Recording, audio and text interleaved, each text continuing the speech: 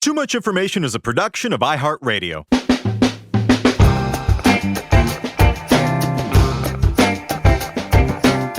Hello, everyone, and welcome to Too Much Information, the show that brings you the secret history and little-known facts behind your favorite music, movies, TV shows, and more.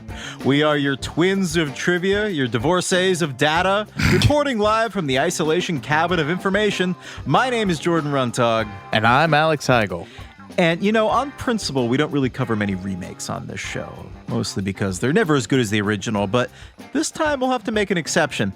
Yes, we are talking about 1998's Parent Trap, a remake of the Disney classic from 1961. I loved the original with Hayley Mills so much as a kid. I was a big fan of that run of live-action Disney movies from the early 60s when they had stuff like, Swiss Family Robinson, Pollyanna, Apple Dumpling Gang. I loved all those. So I was feeling very skeptical when I went into the movie theater in the summer of 1998 to see this new version. And I was so completely, totally, utterly won over by Lindsay Lohan, whose immense star power was apparent to me even as a 10-year-old. Given her recent comeback in the Netflix movie Falling Into Christmas, which shockingly is her first high-profile release since The Canyons in 2013, it seemed fitting to revisit our first introduction to this extremely talented actress. And some of this may be residual guilt on my part. My first job as an entertainment writer out of college was smack in the middle of the Lilo legal drama era, which... Yeah, say that one 5 times fast. Oh, yeah. You're calling this a comeback? You bold man? You sweet boy? Well, I mean... Don't call it a comeback. She's been in for years. Yeah, I mean, that whole era wasn't covered with the degree of sensitivity that it could have been or should have been, like it would have been today. So I'm glad she's back acting again, seemingly happy and healthy. It's been a long road. Heigl, what do you think of this version of The Parent Trap? Were you as thoroughly charmed by her as a tween boy as I was? Nope. No, I kid sister, and this was one of her favorite movies, so I've just always viewed it as like just something I was exposed to against my will. Much like you're doing this episode.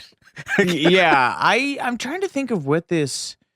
Yeah, I mean, this is 98, so I would have been just coming off like Men in Black and Independence Day and just being very susceptible to like big popcorn blockbuster stuff. And I was just like, this is kid stuff. Fair. We'll watch Armageddon. Independence Day, Jurassic Park, then Lost World. Blade. I think, God, yeah, Blade. actually, you know what that was? You know what it was? It was Blade. It was absolutely Blade. I was on vacation and we were in a bookstore and my parents would just let me get anything as long as it was a book. So I got the novelization of the movie Blade, Jesus Christ. which taught me how to curse, first of all, because of the many creative and elastic uses of the MF word that's in that book. Through Wesley Snipes, I imagine. Yeah. So 98 was the year of Blade for me. And then Matrix came up after that. And then what do you want? Game over, man. You're 13. You're not watching Disney movies. Got it. Yeah, I'm going hard into douche land, essentially. Just like, well, I was at least thoroughly charmed by Lindsay Lohan in the 1998 version of The Parent Trap. So that's what we're going to talk about today. We're not going to get into the Hayley Mills version. That's another tale for another day. So let's dive in. From the future superstars who duked it out with Lindsay Lohan for the lead role, or rather roles, the cutting-edge camera tricks employed to turn Lindsay into twins, and the wild real-life reunion of long-lost twin siblings, to how they came up with that elaborate secret handshake, the crazy twin-centric coincidence involving the actors playing Chessy, yes, Chessy, I thought it was Jessie for years, and all the subtle ways the remake paid tribute to the original. Here's everything you didn't know about The Parent Trap, starring Lindsay Lohan.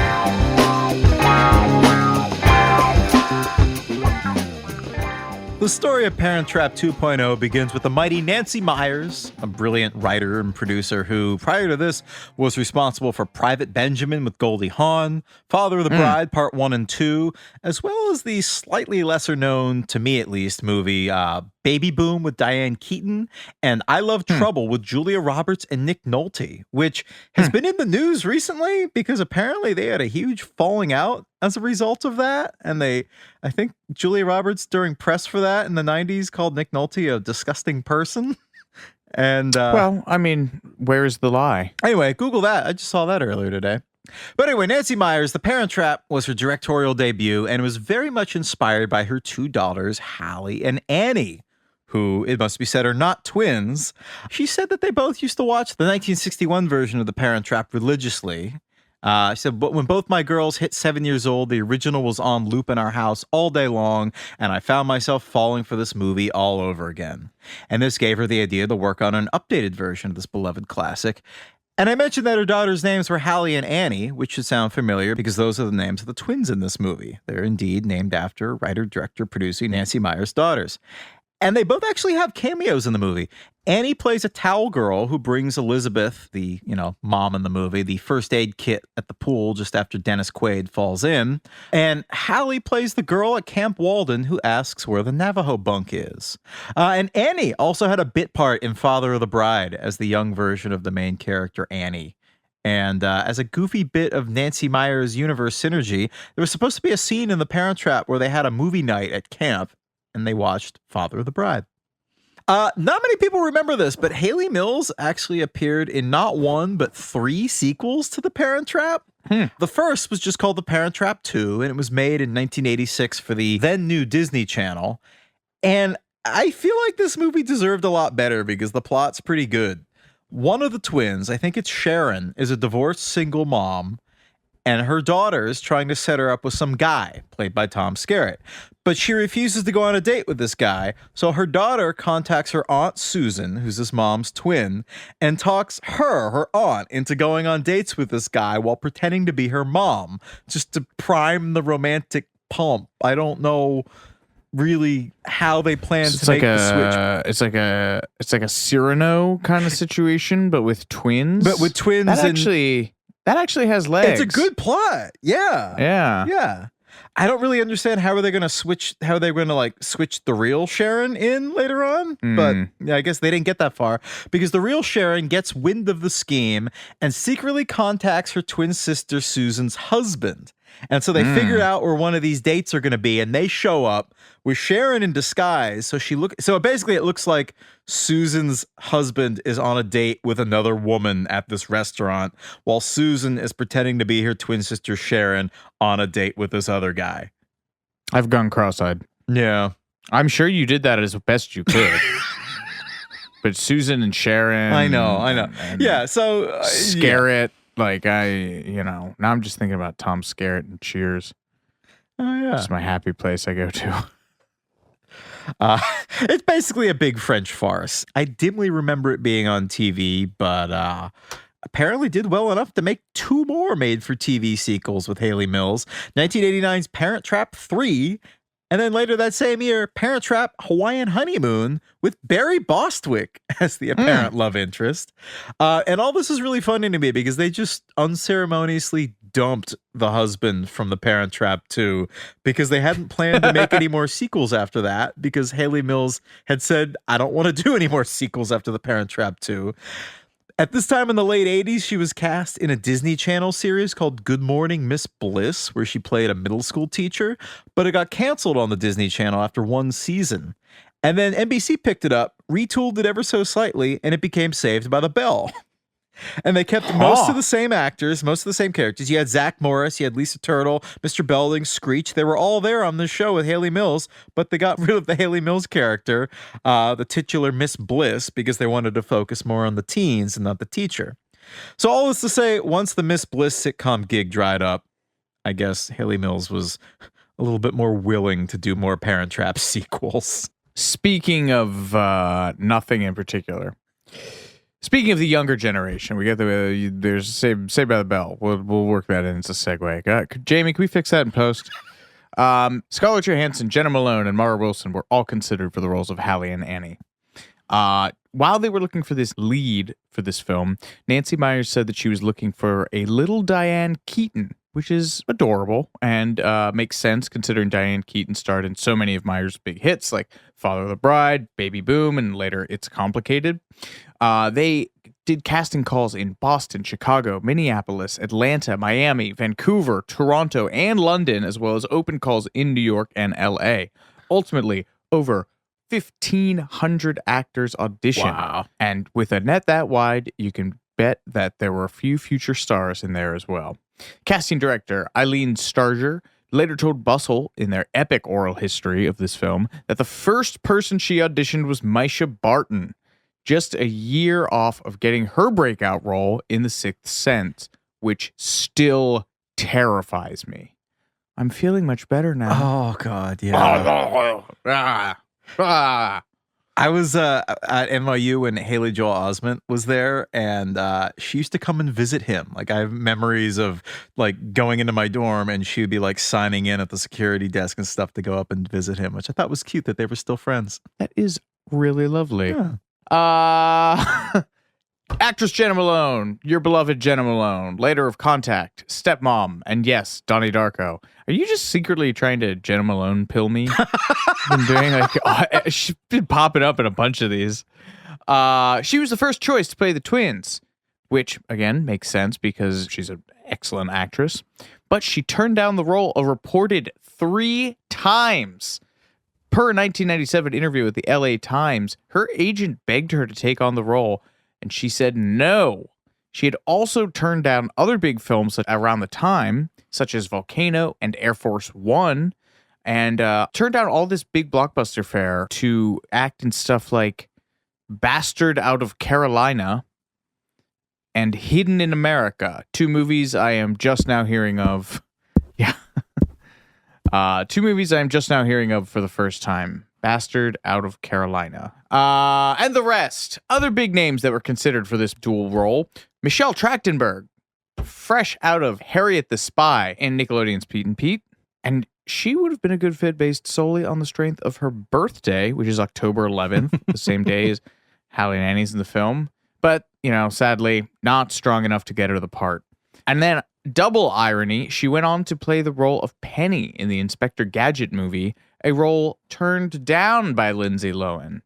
There's only so many parts for redheaded actresses out there, kids, and you just gotta grab them when they come up. Mara Wilson of Matilda, Mrs. Doubtfire, and Miracle on 34th Street. She was deemed too young for the role. Do you know that her cousin is conservative political commentator Ben Shapiro? I guess that explains why her whole thing is just like being like snappy and leftist on Twitter. Yeah, I could see her being too young, but she's like arguably the most talented out of all of these. I don't know, Jenna Malone too. I mean, they're both very talented. Yes, no, it's not a competition, except that it is. Except that it is because somebody got the role. Scarlett Johansson was also up for consideration, and that bothered her quite a bit because she really wanted the role. She was getting passed over a lot around the time, I guess. She was talking to Metro UK in 2017. She said, "When it came to The Parent Trap, I started to get bitter. It was hard for me." Wasn't her first role, or like one of her first roles, in that movie North with Elijah Wood? Don't know that one. Oh, it was like a notorious box office bomb that Rob Reiner did about this kid who emancipates himself and then goes around the world in search of like new parents and just like auditions them, basically, like lives with a bunch of different families all over the world and like tries them all out. Weird. Yeah, she would have been 13 when 13 or 14 when this was casting, so just a shade too old. Well, this brings us to Lindsay Lohan, who was a relative unknown at the time. She started her career as a child model at the age of 3, appearing in advertisements for Calvin Klein Kids, Abercrombie, Pizza Hut, Wendy's, and a Jell-O commercial with Bill Cosby in 1994. She also reportedly auditioned to play the role of the little girl in Titanic, Cora. Remember from like the scene where Leo takes Kate Winslet to go to a real party and there's like the little girl with the curly hair down there? Lindsay Lohan auditioned for that part, but James Cameron thought that Lindsay's red hair would confuse people into thinking that her character was related to the characters of Rose and Ruth, who both had red hair. James Cameron vastly underestimates the audience's intelligence, I guess. And they ultimately cast Alexandra Owens instead. You know what I was reading about the other day was The Abyss. Oh, James Cameron, yeah. Yeah. Do you know how much of a nightmare that shoot was? No. Ed Harris was like, he took like an omerta over that movie. He was like, I've never talked about it and I never will. Like, people were having like crying jags on the film and just like breaking down on the set constantly. And why? Because they made them film underwater. constantly and in like these isolated conditions. And then James Cameron's also just like a legendary prick to be around. So it was like all of that. It's like shooting conditions plus like being around him. Yeah. Crazy stuff. Anyway, sorry. I'm derailing this a lot. Go ahead. Sorry.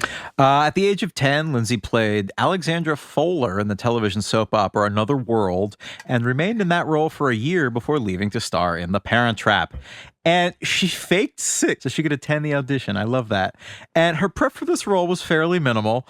She later said, "My manager called me and asked if I could do an English accent." And I said, "Yeah, sure." Then I hung up the phone and asked my mom, "What's an English accent?" And she was a clear front runner from the start. Nancy Meyers later said, "There's something electric about this girl." And casting director Eileen Starger added, "She was smart, real, fresh, and utterly charming. She was just an ebullient young girl who brought the sun with her." What a beautiful thing to say. Nancy Meyers called the Lohan family herself to tell Lindsay that she got the role. It's so cute. There's a special like making of mini doc, and 12-year-old Lindsay talks about how she wants to be just like Jodie Foster and go to a good college and act and direct. And this is before Freaky Friday, too. She really got the Jodie Foster thing down. It's crazy how many of her early movies were all remakes. You had The Parent Trap, you had Freaky Friday, and then you had Herbie Reloaded, or not Herbie Reloaded, Herbie Fully Loaded. Yeah. Terminator Reloaded. No, it's The Matrix Reloaded. Matrix Reloaded. Was the sequel. Yeah. Herbie, Lock and Load. Yeah. So that's really cute. But you know what's less cute? Divorce. Lindsay later said that the marriage between her parents, Michael and Dina, was breaking down as they ramped up production for The Parent Trap. And this is a movie about little girls trying to heal the rift in their parents' marriage. So Lindsay funneled a lot of those feelings in her performance, which is heartbreaking and horrifying. She was 11. They married in 85. Separated once when she was 3 and got back together. So they were splitting up for the second time. Yes. Lindsay later said during a cast reunion with Katie Couric in 2020, "My parents were kind of separating at the time when this was all going on. And it made it a lot easier for me to play these characters that were figuring it out. I didn't feel like I was working." But luckily, she says she has fond memories of the experience. She said, "I just felt so lucky and really blessed by Nancy Meyers. Without this movie, I wouldn't have gotten the acting bug. How do you not only want to act for the rest of your life after doing a film like this? It just felt like a really incredible experience for me and a lot of fun." And yeah, this movie was a bit of a Lohan family affair because multiple members of the family had bit parts. You remember the little boy who accidentally gets sent to the all-girls camp, and he's like at the bench in the cafeteria frantically calling his mom to get him out of there. And then at the end of the summer, he's tearfully promising his new friends that he'll be back next summer. That's Lindsay's real-life brother, Michael Jr. And the rest of the family can be seen as extras in the scene where Hallie, dressed as Annie, arrives at London's Heathrow Airport and meets Martin the butler, and they do their secret handshake. More on that soon. In the background, you'll see Lindsay's mom, Dina, and her siblings, Dakota and Aliana, all dressed as travelers. And Ali actually turns around to watch Lindsay in the scene, like basically breaking the fourth wall. It's adorable. Dina Lohan, I didn't realize, apparently was a Radio City Rockette earlier in her career. Yeah, and Michael Lohan was a shady character. Yeah. I promised myself I wouldn't go down this road in this episode, but just give me this. I guess there was a tabloid TV Maury Povich adjacent style show where he took a paternity test on air back in like 2012 and revealed that he had a 17-year-old daughter that he didn't know about.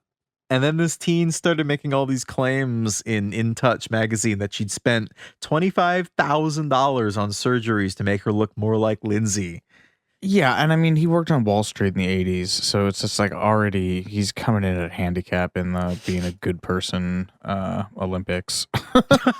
Sorry to our extensive listeners in the financial sector. But everyone involved with this production has universally nice things to say about Lindsay, which is vaguely tragic in retrospect. Lisa Ann Walter, who played Chessy the housekeeper for the Napa Valley contingent of The Parent Trap, later told Today that Lindsay was, quote, super talented in terms of how to work a set and really, really dear and sweet. Like, please and thank you to everybody. A lot of kid actors don't do that. They act spoiled. They act like they believe what grandma and mom and everybody in their family always tells them, that they were special, and they act like it on set. But Lindsay was never like that. When she came in and out of the makeup room, it was always, "Thank you so much." And she hugged everybody. And she was so grateful for the experience and a delight to be around. I don't know why I love this so much, but apparently when Lindsay wasn't needed for a scene, the director let her call action, which gave her a big thrill. Aw. Yeah, right? Did you know that after moving to California full-time at the start of her acting career, Lindsay shared an apartment with Raven Simone for a while? I did not. Yeah, they met at a Vanity Fair photo shoot. Huh. To be a fly on that wall. Well, how did they do the much vaunted twin effect in The Parent Trap? It's an effect that's been used in film since way back in the silent era. In 1898, the illusionist Georges Méliès, famous for the Smashing Pumpkins video. Oh yeah, he did the moon. He did the spacecraft. Yeah, the first trip to the moon. The Yeah, I iconic forgot image about of the rocket ship that crashes into the man in the moon's eye, and then they did this. They did Tonight is all a rip on that. Anyway, he created 4 moving versions of his head in one frame by using matte shots, or basically very primitive green screen technology. And the technology had not become that much more complicated when they shot the original Parent Trap in 1961. You shoot the scene twice with the actor and a stand-in, and they switch places in each version, and then you combine the 2 strips into one, and then you use elements in the shot like a door frame or otherwise furniture or stuff to kind of disguise that cut that's been made in the physical film strip. And the camera is locked into place to ensure that composition is identical. I think that was kind of the dominant thing for a long time. I mean, you see that up through the 80s, but it is really Dead Ringers. The Cronenberg movie? The Cronenberg film starring Jeremy Irons that revolutionized how that they were going to do this. And basically, without getting too in the weeds for it, rather than using a locked down camera, what they ended up doing was putting the camera on a computer controlled track so that it would basically be able to repeat all of its moves perfectly. So that freed them from one thing, which was this whole lockdown static shots is what I want to say. Lock shots meaning like it's basically like a straight on shot, like very boring, not like very interesting angles, and the camera can't move or anything. It's very just very flat because they were literally just splicing strips of film together. Right. So that is the big shot across the bow of getting this technology improved, was just basically getting computers to recreate the camera movements so that they didn't have to use it locked.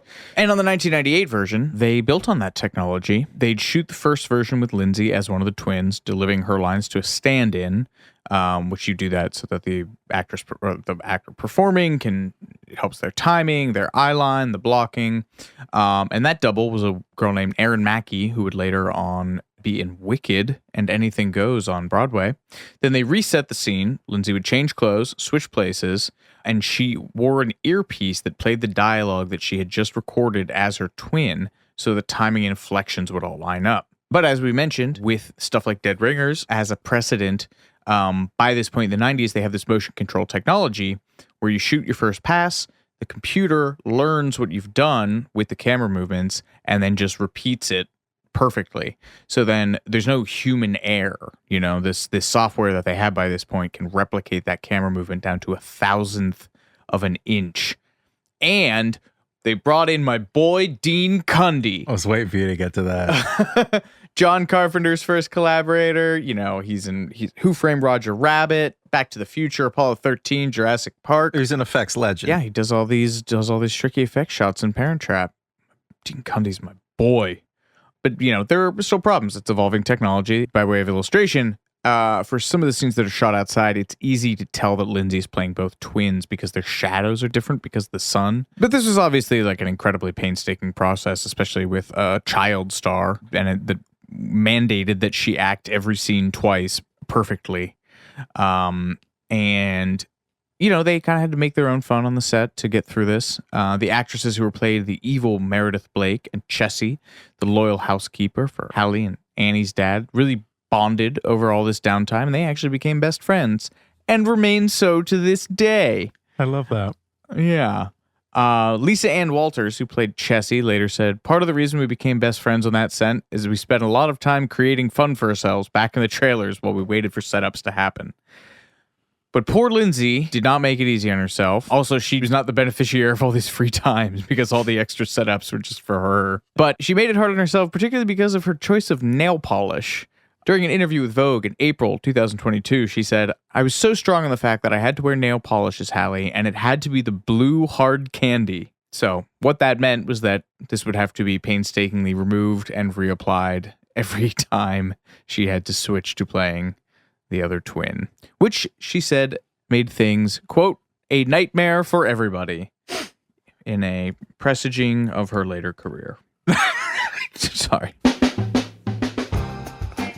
As you meditate on that, we'll be right back with more Too Much Information after these messages.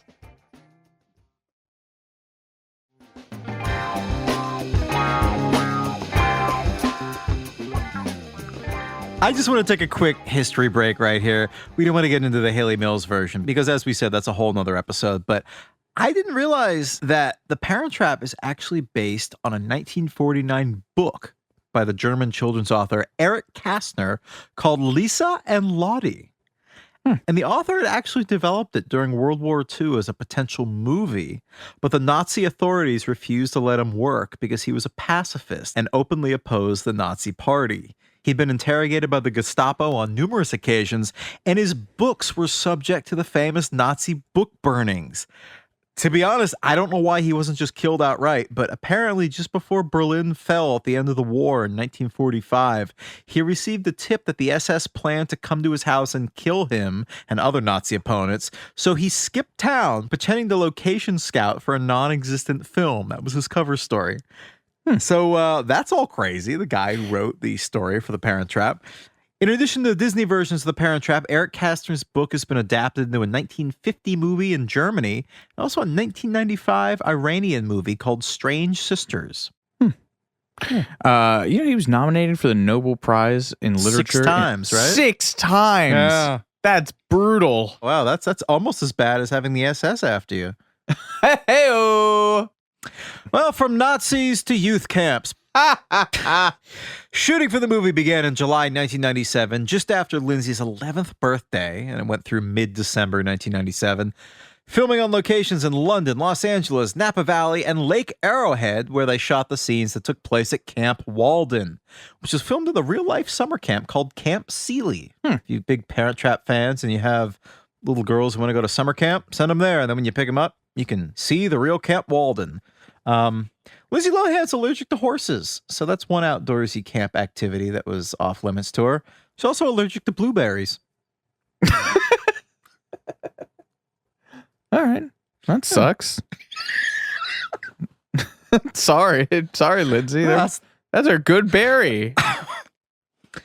Nothing says summer camp like some good old-fashioned gambling, and the scene where the pair of unwitting twins play poker against one another is one of my favorites. They are apparently very good at poker because the odds that they'd get the hands that they are dealt are astronomically high. Annie gets a straight flush, which has the odds of 72,000 to 1, and Hallie gets a royal flush, which has odds of 650,000 to 1. And the odds of them both getting these hands is around 46.8 billion to 1. That's more poker hands that have been played at all the major casinos on the Las Vegas Strip over the last 100 years. To put that in perspective. Holy shit. Yeah. So the odds of winning, just to put this all in perspective here, the odds of winning the lottery are 14 million to 1. So they're good poker players. So a little sidebar here. One of the little girls at Camp Walden is future Vampire Diaries star Kat Graham, making her feature film debut. She plays one of Annie's camp friends. She was supposed to have a bunch of speaking lines, but most of them were cut out. I think actually all of them were cut out. But at least she kept her Camp Walden t-shirt from the film, which she cut up into a fringe on the bottom and beaded, as was the fashion of the time, apparently. She busted it out for something she filmed for People TV a few years back, thus fulfilling the It Belongs in Museum segment of this show. She was, I guess, so eager to make a good impression on Lindsay Lohan that she studied up on her and learned that she loved Sugar Ray and Hanson. Those were her two favorite bands. So Kat Graham got really into Sugar Ray and Hanson to have something to talk about with her, which is adorable. To me, the most memorable scene at the camp are the prank wars when Hallie and her friends put goo and water balloons and all sorts of gross stuff in Annie's cabin. The scene where Lindsay Lohan steps barefoot into sticky molasses on the floor was shot about a dozen times because the crew felt that it wasn't sticking between her toes correctly. 12 times? Was Quentin Tarantino doing close-ups on this day? Ayo! He's not like a pederast, though. He's just a foot guy with weird racial stuff. Yeah. Okay. It's kind of enough, though, right? Probably. Yeah. I mean, ask Uma Thurman about, like, her hurting her neck in one of the Kill Bills. Yeah. The owners of the camp, known as the Marvas, Marva Culp and her daughter Marva Culp Jr., get caught in the crossfire and have liquid chocolate dumped on their heads. This was, in fact, actual chocolate. In the Bustle oral history, they talk about being driven from the set in an open-air golf cart after filming the scene. They said, with the air blowing on us, the chocolate hardened, so by the time we got to the showers, we were like chocolate bunnies. We had to move our limbs and crack the chocolate off. Funnily enough, the younger Marva is played by Maggie Wheeler, who played the character Janice on the show Friends, which coincidentally is one of Lindsay Lohan's favorite shows at the time. And she actually met Matt LeBlanc while filming The Parent Trap and talks about it in the making of behind the scenes featurette. And it's so cute. You can tell she like really likes him and she's really shy about it. They were asking her about him and she was like, he was cool. And you know, it's just really, it's cute. It's on YouTube. You should watch the behind the scenes. Well, not you specifically, but Lindsay had to wear a needle in her hair to ensure that the water balloon placed above her bed popped when she stood up. And speaking of needles, this brings us, unfortunately, to the ear-piercing scene. Just the thought of it makes me gag. This is after Annie and Hallie discover that they are, in fact, twins and hatch their scheme to switch places, which requires Annie to have her ears pierced. Lindsay Lohan had her ears pierced for this movie for real. Hopefully it wasn't the way that they do it in the film, alone in their camp cabin with a needle and a piece of ice, and if I recall, a piece of apple on the other side of the lobe. Oh, God. I haven't watched that scene with my eyes open since the first time I saw the movie in theaters in 1998, so I might be getting this wrong. The scene was ultimately cut from both the UK release and the Disney Channel broadcast because they were worried about triggering a rash of unsupervised, underage ear piercings. Do you have an ear pierce? No, I'm just trying to... There's a throwaway line in The Simpsons at one point where they're like... I think it's when Lisa Kudrow's the guest star, and she's like... the cool girl comes in, like takes over Lisa's friend group, and they're like, she's like, you pierce their ears in the bathroom? And the Lisa Kudrow goes, yeah, it's easy. All you need is a thumbtack and a whole lot of paper towels. Oh, I know. So I can't handle that. In an early draft of the scene, Hallie passes out after sticking the needle through Annie's ears, and she has to be slapped awake by Annie, who says that she's got to do the other one because she can't go through life with just one pierced ear. Ugh. Here, speaking of gross bodily operations, this will interest you. In 2007, after she had her appendix taken out, Lindsay Lohan was reportedly so scared that it would end up being sold on eBay that she asked her doctors if she could take her appendix home and put it in her fridge. I mean, that's a valid fear.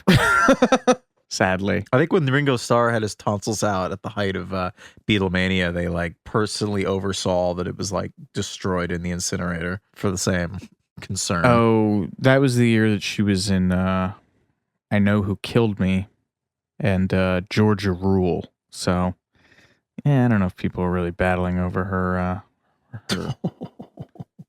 Yeah, sorry. So let's get on to a lighter topic before I pass out. The topic of Oreos. As Annie and Hallie begin to bond in their isolation cabin where they've been placed for their vicious prank wars in order to have them hash out their differences, one of the many things they realize they have in common, aside from the fact that they look exactly the same, is that they both like to put peanut butter on Oreos, thus sparking an apparent craze among millennials to try that combo. I never did. I say apparent because... It whips. I did that before this movie. We got it somehow from my family. It must have been some Oreos and peanut butter? Yeah, dude. Wow. Oh, okay. Wow, I'd never heard of it. Never tried it after I saw this movie, but a journalist for Hello Giggles was profoundly affected by this scene and ate Oreos this way with peanut butter for decades. And when the 20th anniversary of The Parent Trap came up, she tracked down Nancy Meyers, the writer and director, and asked her where the idea came from. And Nancy Meyers' response was, I forgot I even wrote that. I have no idea where I came up with it. I think it was just something weird that both girls would like. It was another example of the fact that they were twins. I made it up for no reason other than it sounded weird and some cute kid would do it. I love that this poor journalist has seen, in a minor way, a profound effect on her life. And she tracked down this woman in hope of getting an answer of like the meaning of this culinary decision in this movie.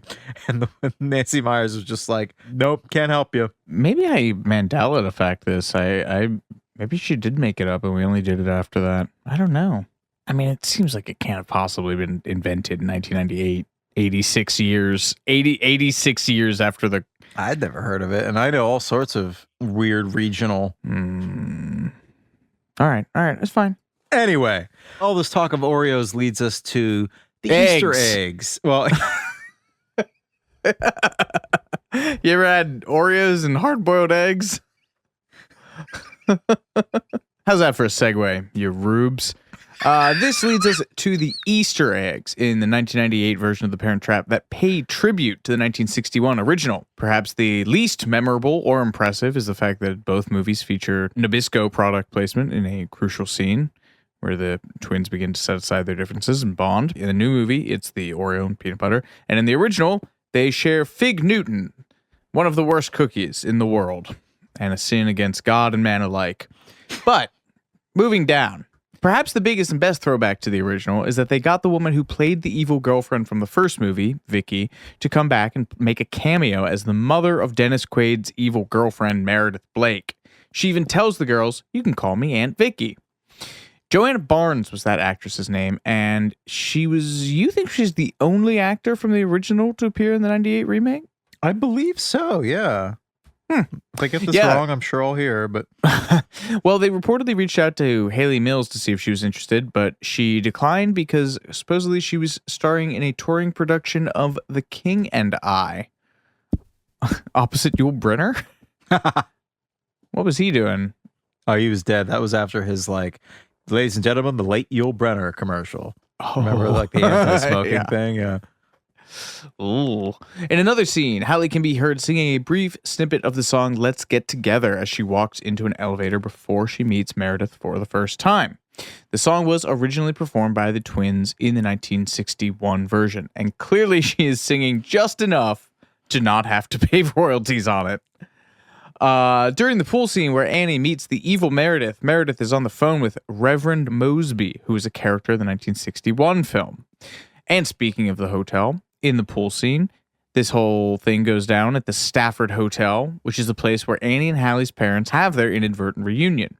The Stafford Hotel is named after a boy in the 1961 version who takes Susan to the camp dance in the beginning of the movie when she's still fighting with the girl who's her long-lost sister. It is the scene where the back of her dress gets cut off, which is just a cruel thing to do and does not belong in a Disney movie. No. And speaking of the camp, we got to talk about the Marvas, the two camp counselors who run the place. They're named Marva Culp Sr. and Marva Culp Jr., and they are named after the character actress Nancy Culp, who played the camp counselor back in the 1961 films. Fans of the Beverly Hillbillies will, of course, know her as Miss Jane Hathaway, Mr. Drysdale the banker's secretary.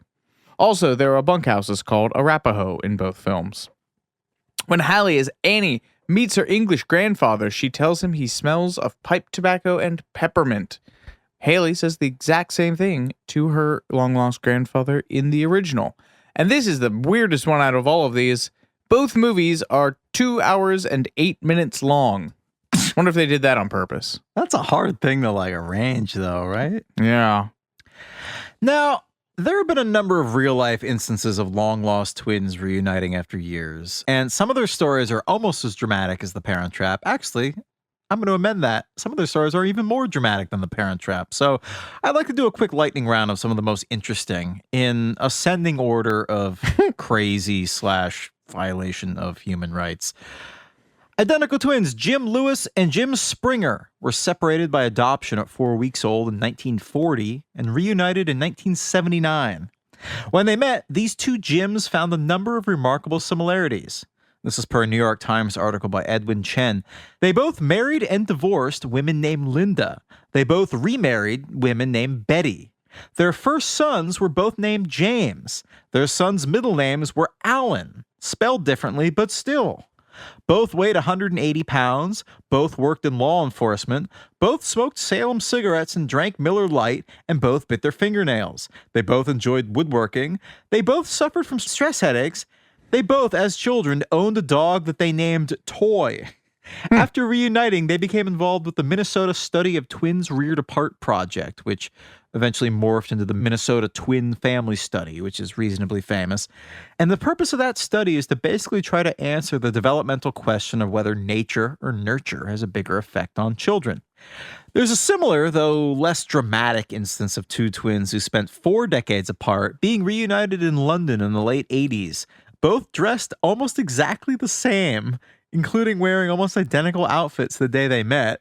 They both took their coffee the same, decorated their homes the same way, and both suffered miscarriages that were followed by the births of 2 boys and then 1 girl.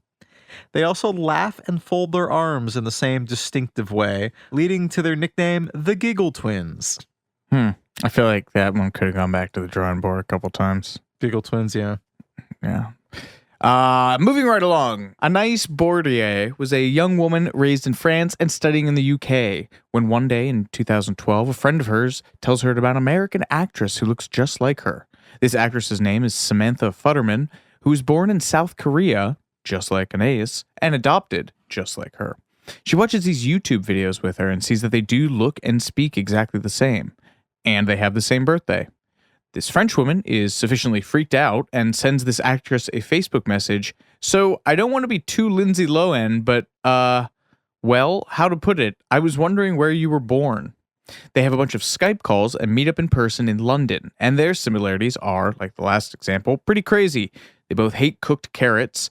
They, I don't know why I led with that. Could have led with a better one. Yeah.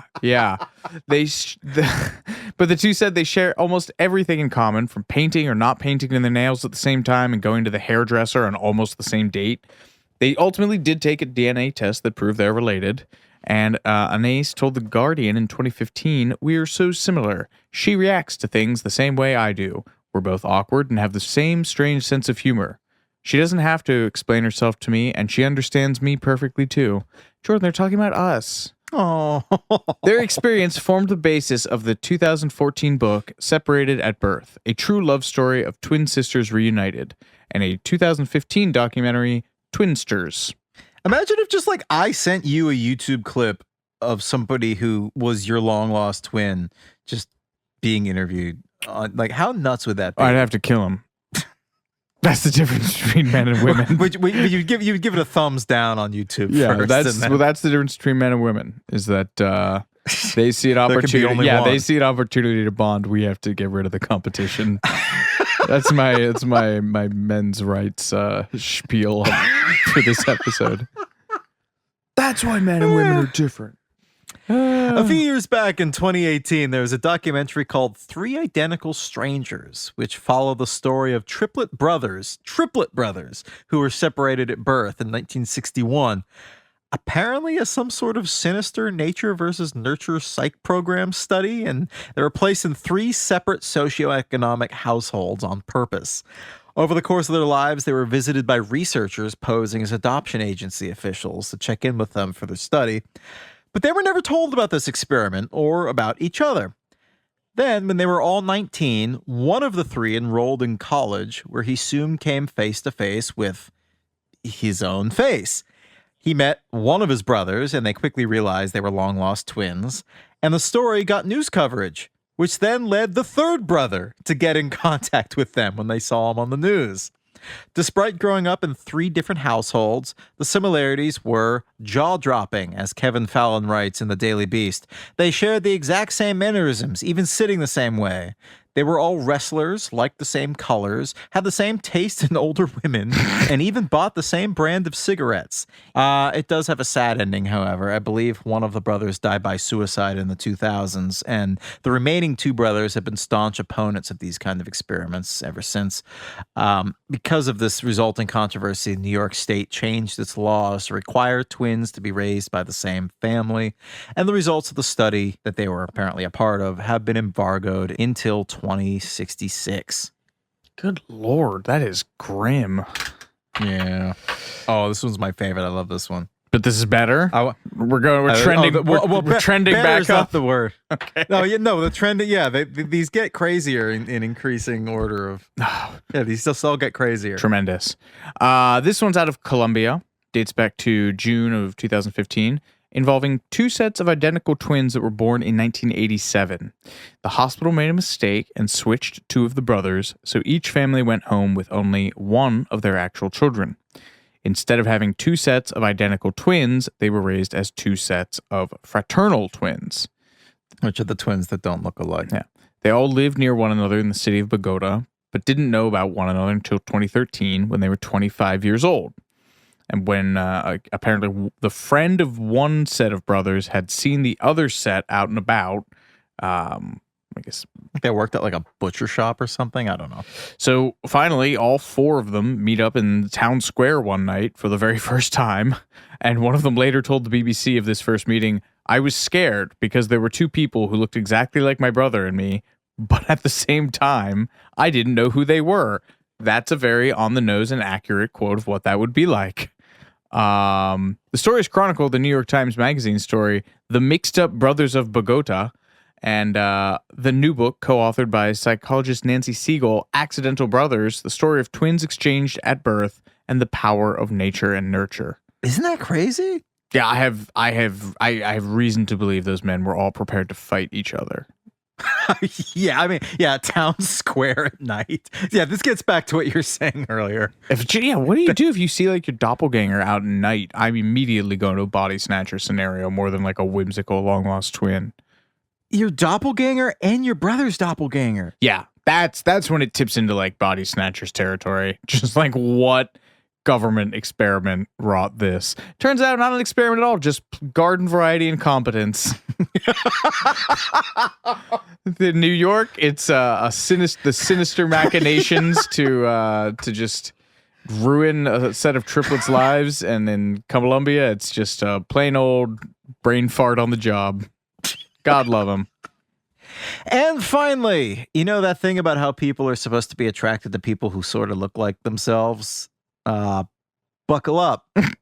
In 2008, a pair of separated twins in England discovered that they'd unwittingly married each other. Each obviously had no idea that they had a twin. The marriage was annulled and their identities have never been made public. The story only came to light when an English member of parliament revealed it without using their names to show the need for greater transparency in adoptions and more genetic information on birth certificates. Mm-hmm. Seems like a good goal to advocate for after that. I mean, the quiet part loud is that, like, they had sex with each other, right? Well, yeah. Yeah. They were married for, like, presumably a decent amount of time. Do they have kids? That's got to be I don't know. Sealed. That I don't know. Yeah. We'll never know. Oh, man. And it's going to bother you, I know. It is. The Parent Trap 4. Oh, good Lord. Secret of the Ooze. You keep that one or I'm quitting the show. That is your new high water mark. We're going to take a quick break, but we'll be right back with more Too Much Information in just a moment.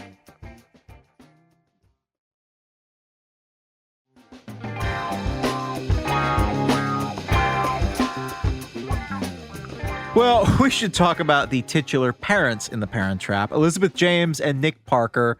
They get married on the QE2 ocean liner. The person performing the ceremony is actually the film's director-photographer, Dean Cundy, your boy. Yeah. The marriage form that you can see if you pause the movie says that they're married on either January 8th or June 8th, I think January, 1986. And the truly disturbing part is that if you look at this marriage certificate, you see that Nick is 24 years old and Elizabeth is 23, which means that when the movie takes place 12 years later, they're just 36 and 35, or in other words, our age. The parents from The Parent Trap are our age. That is terrifying. The wine that they're given for their wedding on the boat, the Where the Dreams Have No End Chardonnay, which Nick supposedly buys every last bottle of because he's an old sentimental so-and-so like that, is actually a real brand that costs about $70 a bottle. Wasn't made until 1987, though, a year after their alleged wedding. Elizabeth James is played by the late, great Natasha Richardson, who has a funny connection to the movie. I knew her as being a member of the famous Redgrave acting family. Her mother, Vanessa Redgrave, was in all sorts of big 60s movies like Blow Up and Camelot with Richard Harris. But her father was Tony Richardson, who won an Oscar for directing the movie Tom Jones in 1964 with Albert Finney. And his house in real life was on the same street where Natasha Richardson's character lived in The Parent Trap, Edgerton Terrace. Isn't that weird? It's in a very upscale part of London called Knightsbridge. According to Time Out London, Edgerton Terrace was Britain's most expensive street at the time the film was shot in 1997. The house used as the location for the movie is now worth upwards of £19.5 million, or almost $20 million. Natasha Richardson's character is a wedding dress designer, but in real life, the dresses used in the movie were designed by Vera Wang. Given that this was all in the Disney universe, it was surprising to some fans to see Natasha Richardson's character getting deliberately drunk and smoking. The last Disney-produced movies to include smoking imagery were Ant-Man and Iron Man 3, both of which were released in 2015. And now I think they have some kind of a mandate against showing smoking in Disney movies, which makes sense. Lisa Ann Walter, who played Chessy, later told the Today Show, if you walked by Natasha's trailer, she would swing the door open, and if it was the evening, she'd have a glass of wine and say, come on in for a gossip, and she'd get you to come into her trailer and hang out. She was the sweetest, kindest person. And unfortunately, sadly, tragically, Natasha Richardson died in March of 2009 of an epidural hematoma sustained while taking ski lessons. She basically hit her head during a beginner lesson on the bunny slope, and at first she refused any medical help, but complained of a severe headache about 2 hours after the accident, and she was medevaced to Lenox Hill Hospital in New York City, where she died 2 days later. Truly horrifying. She left behind her husband, Liam Neeson, which makes his sad role as the single dad in Love Actually so much sadder, and her two boys, who were 12 and 13. One of them, Michael, adopted Natasha Richardson's last name in 2019 in tribute to her. In an interview they gave to the UK's The Times a few years back, he talked about watching some of her old movies, especially The Parent Trap, as a way to remember her. Moving on to the dad, Dennis Quaid. Nearly did not get this part. He plays the part of Nick Parker, the dad, stepping into the shoes of Brian Keith, who played the dad in the original one, who coincidentally, or perhaps not, died of a self-inflicted gunshot wound just as the Parent Trap reboot was beginning its shoot. His Parent Trap co-star, Maureen O'Hara, however, believes it was an accident while he was cleaning his gun collection. Anyway, many actors were considered for this part. David Hasselhoff, Richard Gere, Jeff Bridges, Kurt Russell, Patrick Swayze, Pierce Brosnan, Bill Murray, Harrison Ford, Jeff Daniels, Tom Hanks, Tim Allen, Kevin Costner, John Travolta, Mel Gibson, Bill Paxton. My money's on Paxton. Michael Keaton, Jim Carrey. He would have been huge at the time, but God, can you imagine him mugging his way through this movie? Adam Sandler and Robin Williams, all reportedly considered for this role. I'm kind of surprised my boy Bill Paxton didn't clinch this. I know. Yeah, I know. Wait, Paxton or Pullman? I saw Paxton. I thought Pullman would be in the running, considering Pullman had just done Casper or whatever. Yeah, he's done enough of the Disney dad Independence roles. Day hadn't come on. Yeah, okay, fine. Feedback accepted. So they went with Diet Harrison Ford. They went with Dennis Quaid. Sorry for costing us the crucial Dennis Quaid fan base. For his role, Dennis Quaid pays tribute to not just the original Parent Trap, but also a few other old school Hollywood movies. The moment when he sees his ex-wife Elizabeth for the first time in 11 years is identical to a scene in the 1940 movie My Favorite Wife, when Cary Grant sees his wife, who had gone missing at sea, and he had long assumed she was dead. Both men are in an elevator with their current partner, and then as the door closes, they see their ex in the lobby, and they lean to look through the crack in the door as it gets smaller and smaller before they almost fall over. James Garner does the exact same thing in the 1963 movie Move Over, Darling, which is a remake of My Favorite Wife. His character is also named Nick. But Dennis Quaid does a Cary Grant impression in the scene following the camping trip with Meredith Blake, which is also a nod to My Favorite Wife. Weird series of movies about dead wives. Well, not dead wives, dead. yeah. In 2007, Dennis Quaid actually became the father of 2 twin boys with his wife, Kimberly. And in the film, Quaid's character, Nick, is engaged to 26-year-old Meredith Blake. And in real life, he married his 4th wife when she was 26 years old. As a result, co-star Elaine Hendricks, who played Blake in The Parent Trap, tweeted, "Better watch out for those twins." Well, folks, we can't put it off any longer. We have to talk about the evil Meredith Blake. Her name was chosen, I guess, in reference to a character in an Agatha Christie short story, 5 Little Pigs. Actress Elaine Hendricks impressed very early on during casting when she walked into the audition basically looking camera ready in a glamorous outfit that apparently made Dennis Quaid, who was already cast and there to read sides, turn to the casting director and mouth, "Oh my God." So she got the role pretty quickly, and the character's downfall comes during a camping trip with Nick and his twin girls when they proceed to make her life a living hell because she's not really, doesn't really like the outdoors much. But in truth, actress Elaine Hendricks is very different. She told the Today Show, "In real life, I'm a total outdoorsy girl. I grew up in East Tennessee in the foothills of the Smoky Mountains, so I love camping. I love animals.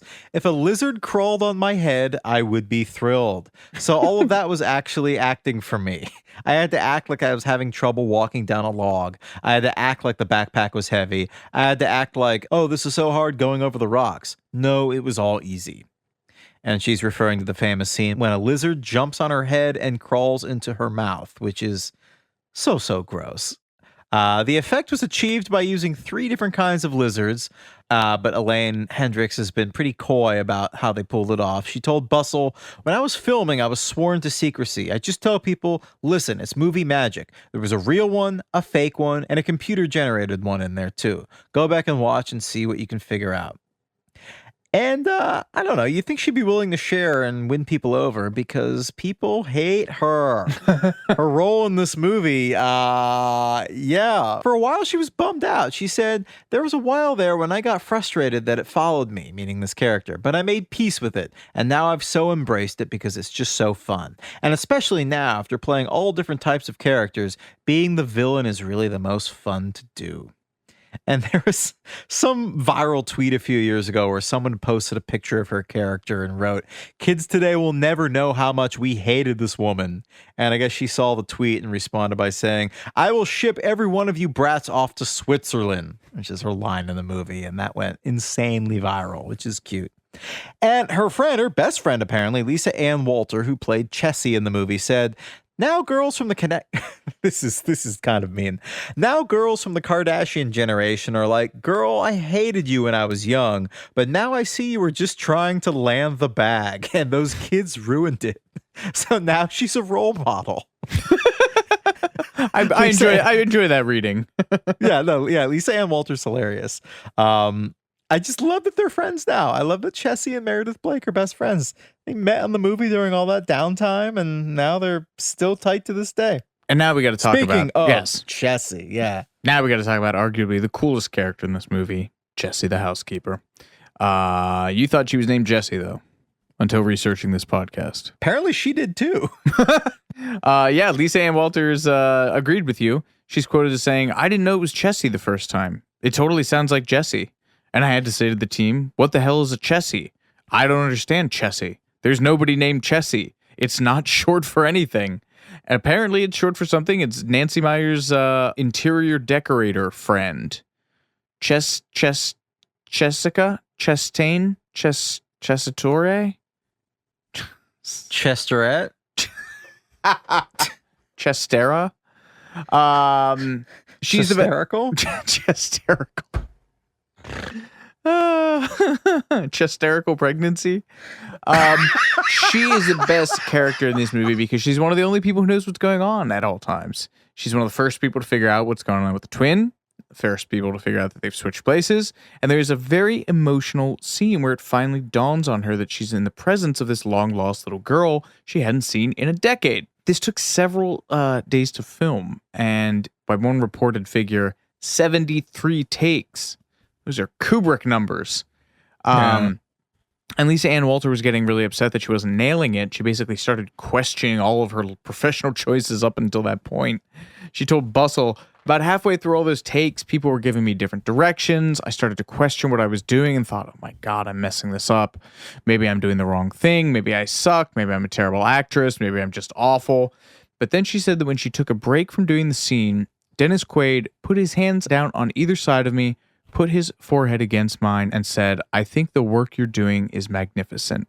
And I burst into tears. It's just little things like that. I'll never forget how that made me feel. And it probably also helped that she had a big crush on Dennis. Saying again to Bustle, my whole life I adored Dennis Quaid, like from the Big Easy era. Not just adored, had a stupid, ridiculous crush on. I didn't know how I was going to get through an audition and not be shaking. But he was super charming and put me at ease. Now, we talked about how Dennis Quaid sort of became his character by marrying a woman who was the same age as Meredith Blake, and then she had twins. Fine. But Lisa Ann Walter's fate was much crazier. 2 years after the release of The Parent Trap, she gave birth to identical twins born on October 11th, Hallie and Annie's birthday. Sadly, they were boys and not girls, so the prophecy remains unfulfilled. But after their birth, I guess she... I know I wrote that, but it somehow seemed funnier coming from you. After their birth, I guess she jokingly accused Nancy Myers of putting a weird wuju on me. This woman seems great. Yeah, you go ahead. You take us out on this fact. Yeah, she published a memoir in 2011 called The Best Thing About My Ass Is That It's Behind Me. Tremendous title. We can't talk about Chessy without talking about her British counterpart and love interest, Annie's beloved butler, Martin. He's played by the actor, Simon Kunz. I got to be very careful how I pronounce that. Simon Kunz. Yes, I'll go with that. Simon Kunz, who originally auditioned for a much smaller one-line role as a photographer in Elizabeth James's bridal gown studio. But after auditioning, Nancy Myers said, well, there's another part we want you to take a look at, and handed him a script. And he basically said, sure, whatever, on the spot, and went down to a coffee shop to read it over and realized that it was a much bigger part. Martin's crowning achievement in this movie comes with the secret handshake that he and Annie do, which becomes a crucial part in how Annie teaches Hallie how to become her. Instead of hiring a choreographer for the scene, Simon Kunz and Lindsay Lohan worked out the 18-move gesture, shake, whatever you want to call it, on their own. Kunz told Bustle in 2018, the first time Lindsay and I met up, we worked on the handshake idea, about what it could be. I think I'd done something in the audition, just mucking about without Lindsay there, just doing silly moves. They liked a few of those, and so we basically spent an afternoon, 3 or 4 hours really, just working at that routine. And he says that he's forgotten most of it, but he insists that given about 20 minutes or so to brush up on it, he'd still have it down pat 20-something years later. I never tried any of that. I never tried to learn any of those. Don't have the short-term memory for it.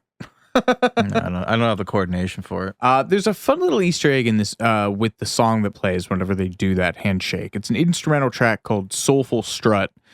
Big hit for the group, Young Holt Unlimited, back in 1968.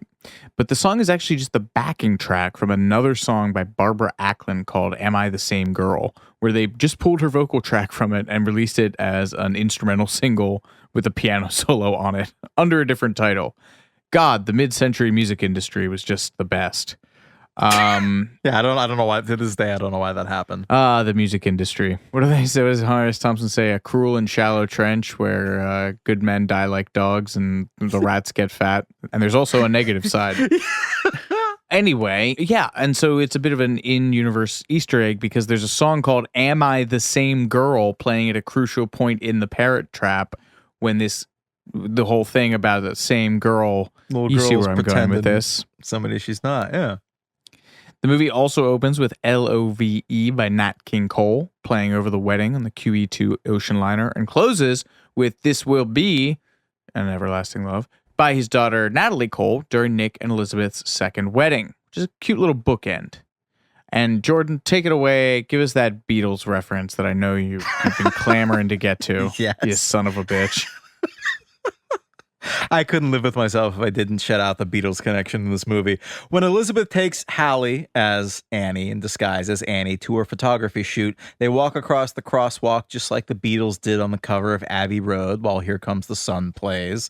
That's a song off Abbey Road. That's actually shot at the same crosswalk, and they have cars, the same type of cars, parked in exactly the same way in the background. It's really spot on. And I've heard rumors that as The Parent Trap was filming the scene at Abbey Road in London, Paul McCartney was in the studio, like just out of camera shot, working on his newly composed symphonic poem Standing Stone prior to its premiere at the Royal Albert Hall. Did you know that Lindsay Lohan was on a late era Duran Duran album? No. Yeah, she was on the song Danceophobia on the 2015 album Paper Gods, which featured a speaking part from her. Is it good? No. Oh, okay. No. Cool. I was about to have to reconsider some things there. There was another scene that was supposed to take place in London after Hallie as Annie arrives at Heathrow Airport and the limo takes her home to meet her mother. In the original cut, before they go home, they visit Buckingham Palace, where Lindsay Lohan's character messes with one of the palace guards, trying to get him to move. You know, they're instructed not to move or react.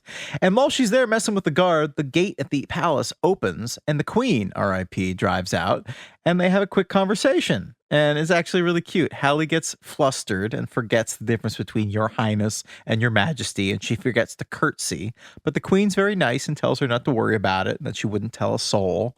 It doesn't really translate well to be described, but it's adorable. And the funniest part is that the woman who plays the Queen basically made a career out of playing the Queen in comedies. Her name is Jeanette Charles, and she turned 95 years old a few weeks back. She played the Queen in 7 movies, including this deleted scene in The Parent Trap, National Lampoon's European Vacation, Austin Powers' Goldmember, Naked Gun, and the Ruddles TV special, as well as a 1977 episode of Saturday Night Live. Yeah, that's an impressive run there, playing the Queen for several decades. Director Nancy Meyers, I guess, went through hell and back trying to find the right person to play the Queen, the right uniforms for the guards, and a good location to shoot that resembled Buckingham Palace, because obviously the royal family weren't going to allow them to shoot there. But ultimately, she cut the scene because she felt it slowed down the pacing of the movie, which is fair. She'd come all that way to see her mom for the first time since she was a baby, and now she's taking a tourist pit stop at Buckingham Palace for an irrelevant 2-minute sequence that really wasn't all that funny. So yeah, good thing they cut it. There was also a lost ending to the movie, or at least a few lines of dialogue. After their parents get back together at the end of the movie and everyone's about to live happily ever after, it occurs to both twins that they need to figure out where they're actually gonna live. Hallie turns to Annie and says, "You guys are gonna love living in California." And surprised, Annie replies, "California? You guys are gonna love living in London." And then camera pans off to show the front yard where their dog Sammy is barking at a neighborhood poodle. Chessy and Martin kiss, and everyone has a partner, I guess. Aw. Even the dog. And lastly, it was added to the Library of Congress National. No, Was it really? Oh, no. Parent Trap was released in the United States on July 29th, 1998, and was a box office hit, grossing $92.1 million against a $15 million budget. The film ranked second at the box office behind Saving Private Ryan. Received positive reviews from critics, with Lohan's performance in particular earning high praise. Film critic Kenneth Turin called her the soul of this film as much as Hayley Mills was in the original. She's more adept than her predecessor at creating 2 distinct personalities. that's true. And as of 2019, Disney is reportedly considering rebooting The Parent Trap for its streaming service Disney Plus, which is a dumb thing. But who's gonna stop them? Because they've got all the marbles. at this point. You gonna do it? Elon Musk gonna buy Disney and do it? Nope. They're gonna do what they want, and you can't stop them. So let's leave it there. You know, I'm hard-pressed to name a more universally beloved remake, and hell, a more universally beloved kids movie in general. A beloved remake of a kids movie, please. There are better remakes. Name a beloved remake. That The Thing. Oh, okay. Name another one. The Departed. Oh, okay, yeah. Do you want me to keep going? All right, fine. Well, I'll give the last word to Lindsay Lohan because, damn it, she deserves it. She told Katie Couric in 2020, "The Parent Trap is beautiful, it's timeless, and it's special. It's really special. I feel really blessed and really grateful to have been a part of it." The Fly. Thanks for listening, everybody. Tell them who you are. I'm Alex Heigl. And I'm Jordan Runtagh. We'll catch you next time.